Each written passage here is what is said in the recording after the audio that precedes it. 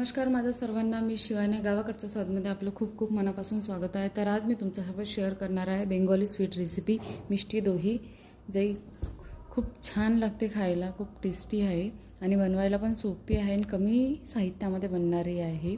मी first time बनवली आहे, पण फर्स्ट टाईममध्येच खूप छान बनलेली आहे. त्यासाठी मेन म्हणजे तर मातीची भांडी हवी, त्याच्यामध्ये खूप छान बनते. स्टीलच्या भांड्यामध्ये पण बनते, पण त्यामध्ये पाणी सुटण्याचे चान्सेस असते, म्हणून मातीच्या भांड्यामध्ये बनवलं तर खूप मस्तपैकी छान घट्टसर अशी बनते. तर चला सुरू करूया आजची रेसिपी आणि आवडेल तर सबस्क्राईब करायला विसरू नका.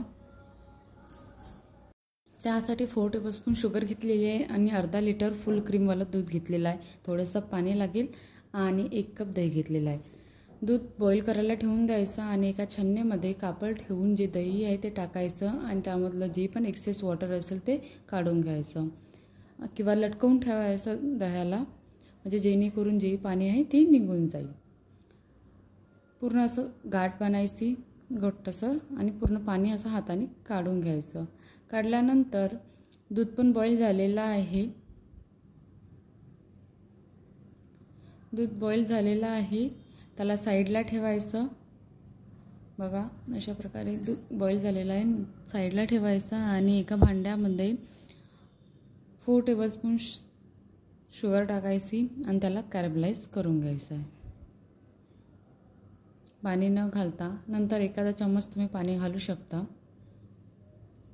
शुगर कॅरमलाइज झाली की त्यामध्ये बॉईल केलेलं दूध टाकायचं आणि मिक्स करून घ्यायचं आणि त्याला लो फ्लेमवर असंच बॉईल करायला ठेवून द्यायचं.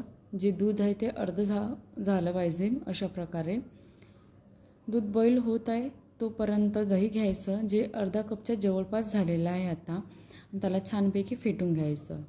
दूध अर्ध झालं की त्याला थंड करून घ्यायचं, हात लावू शकेल इतकं थंड करून घ्यायचं आणि नंतर जे दही आहे ते दही फेटून झालं की त्यामध्ये थोडं थोडं करून ते दूध टाकायचं आणि मिक्स करून घ्यायचं. थोडं थोडं करून टाकायचं आणि मिक्स करत राहायचं, एकासारी टाकायचं नाही. आणि मिक्स झालं की एका मातीच्या भांड्यामध्ये त्याला टाकायचं. मातीच्या भांड्यात टाकलं की त्याला 10 ते 12 तास असंच गरम ठिकाणी ठेवून द्यायचं झाकून. नंतर 2 तास फ्रीजमध्ये ठेवायचं, म्हणजे दुसऱ्या दिवशी समजा. आणि सेट झालं बरोबर की टेस्ट करून पाहायचं. खूप मस्त वाटतात आणि रेसिपी बनवायला पण सोपी आहे. आणि सबस्क्राईब करायला विसरू नका. थँक्यू.